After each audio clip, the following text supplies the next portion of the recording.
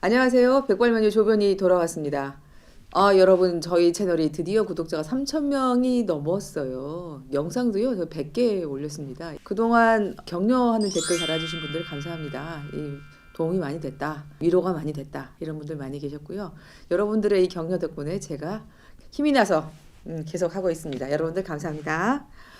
오늘은요, 제가 오랫동안 이혼 상담하고 이혼 소송하면서 느낀 거에 대해서 약간 좀 학구적으로 말씀드려 볼까 해요. 뭘 학구적으로 얘기하는데, 사람이 이혼을 왜 하나, 뭐 이런 거에 좀 관계된 거예요. 제가 그동안 오랫동안 이혼 소송하고 이혼 상담 해보니까, 이혼을 했는데 사실 자기가 왜 이혼인지 잘 몰라요. 그러면 이혼의 원인이 뭐냐? 제가 보기엔 크게 두 가지가 있습니다. 주관적인 요인, 사람이 문제인 경우, 이런 경우가 있고, 그 다음에는 상황적인 요인, 즉 객관적인 요인. 사람이 문제라기보다는 그런 상황이 되면 누구나 그러니까. 자, 이렇게 돼서 크게 주관적인 요인과 객관적인 요인이 작용해서 이혼을 하게 됩니다. 그래서 오늘은 주관적인 요인에 대해서는 얘기하지 않고 이 객관적인 요인, 상황에 대해서 제가 말씀드리려고 그래요. 그러면 어떤 상황이 되면 좋은 사람과 사랑해서 결혼했는데도 이혼에 이르게 되느냐. 제가 보니까 사실은 한 가지로 정의할 수 있습니다. 부부의 결합력이 약해지는 때, 두 사람의 마음이 멀어지는 때, 자, 이런 상황이 오면 좋은 사람과 결혼해도, 문제없는 사람과 결혼해도 그러기가 쉽더라 하는 게 저의 경험이에요. 자, 그러면 그런 상황 중에서 제가 특별히 말씀드리고 싶은 게 뭐냐면, 부부의 긴 생애 중에서 그런 결합력이 약해지는 전형적인 시기가 있다는 걸 제가 발견했다는 거예요. 그럼 어떤 시기냐? 가족의 구성이 변화가 일어나는 그런 시기입니다. 즉, 이행기, 이런 상황에서 저런 상황으로 바뀌는 그 이행기. 이행기에 이 부부의 결합력, 부부의 유대관계, 이런 것들이 약해지는, 그래서 떨어지게 되는, 마음이 멀어지게 되는 그런 경향이 있더라는 거예요. 그러면 왜 이행기에 이게 위험이 높냐? 이거를 말씀드리면, 그게 우리가 가족, 가정, 결혼 생활, 이런 게 특별히 우리가 생각을 많이 해서 하나요?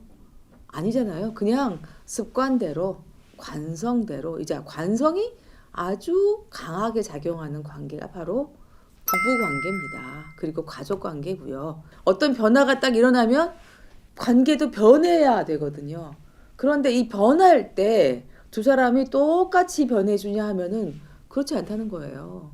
어떤 사람은 변화를 좋아하고 어떤 사람은 변화를 싫어하고, 또 변하긴 변하는데 어떤 사람은 빨리 변하고 어떤 사람은 늦게 변하고, 이 변화가 일어날 때 두 사람이 같은 방향으로 똑같이 쭉 가주면 좋은데 그렇지 못하게 되면 이렇게 돼서 서로 유대감이 끊기는 그런 상황이 발생한다는 거예요.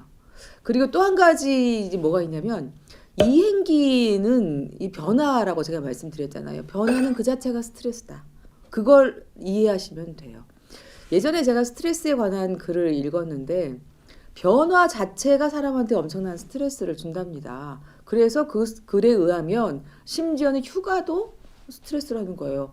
그러면 다들 왜 휴가가 스트레스야? 스트레스 풀러 가서 휴가 가는 거 아니야? 근데 그렇지가 않대요. 휴가라고 하는 것도 결국 기본적으로 자기가 익숙했던 환경에서 벗어나서 새로운 곳에 가서 새로운 경험을 하는 거잖아요. 그래서 심지어 휴가마저도 스트레스로 작용한다라는 거죠. 그러니까 이행기가 돼서 가족 관계가 변화하면 얼마나 스트레스를 많이 받겠어요.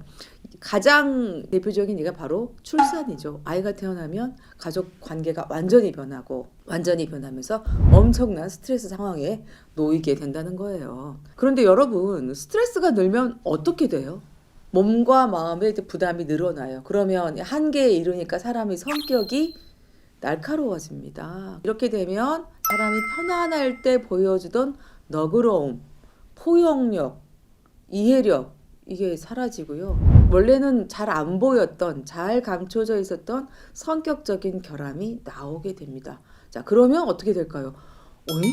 내가 결혼한 사람이 저런 사람이었어? 원래 나 저랬으면 결혼 안 했어. 이런 소리가 나오게 되는 거예요. 이게 그럴 수밖에 없다는 거예요. 그래서 이행기에는 이런 특징이 있다. 자, 그러면 부부의 일생에서 이행기로 볼 수 있는 때가 언제일까요? 제가 생각하기에는 공통적으로 일어나는 게 바로 세 가지가 있습니다. 세 가지는 첫 번째가 신혼 시절, 그 다음에 임신 출산, 그 다음에 은퇴예요.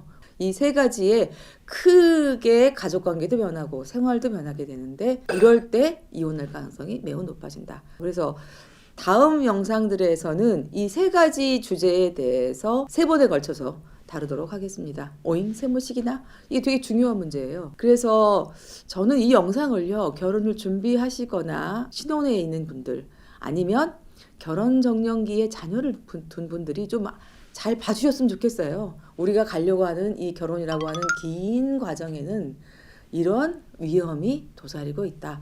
알면 힘이죠. 아는 게 힘이니까 극복할 수도 있잖아요. 네, 다음 영상에서 봬요. 안녕. 오늘 동영상 마음에 드셨다면 구독, 좋아요, 알림 설정 부탁드려요. 하지만요, 사실은 안 하셔도 돼요. 저는 늘 있으니까 필요하실 때 찾아주세요. 안녕.